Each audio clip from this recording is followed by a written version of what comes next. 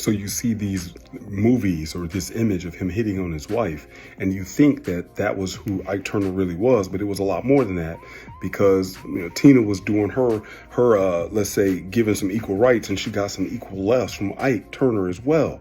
You didn't hear the whole story because there seemed to be somebody or something that wanted you to view a black man in a particular way. And James Evans, aka John Amos, did not want to have that stereotype on Good Times. So not only did he and Esther Roll not want to have a single black mother as the head of the household, they also wanted a strong black male image on the show. And that's what they had until the lines started coming in. Everybody laughed at JJ's lines of "Kid Dynamite," and that's what the writers started writing more in, so they'll laugh at JJ's buffoonery instead of looking at the overall family that was being led by John Amos. Now, if you go back to the early JJ, what did you see? The early JJ was, number one, he was an artist, fine, but he was also barely in school. They were trying to keep him in school because he was going to be a dropout. He was banging on all the chicks. JJ was stealing. They would tell him, don't go to the store and find something.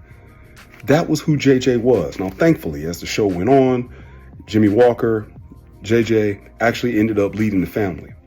But around, I think, after season 3, they killed James off. I remember John Amos telling a story that basically Norman Lear called him up and was like, hey, guess what? You're not coming back when we start shooting for the next season.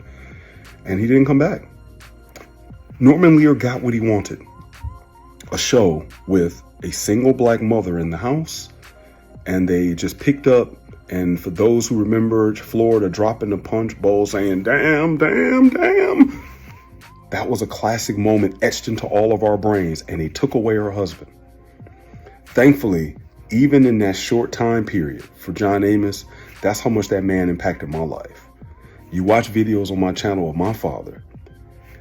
James Evans solidified and showed what my father was doing.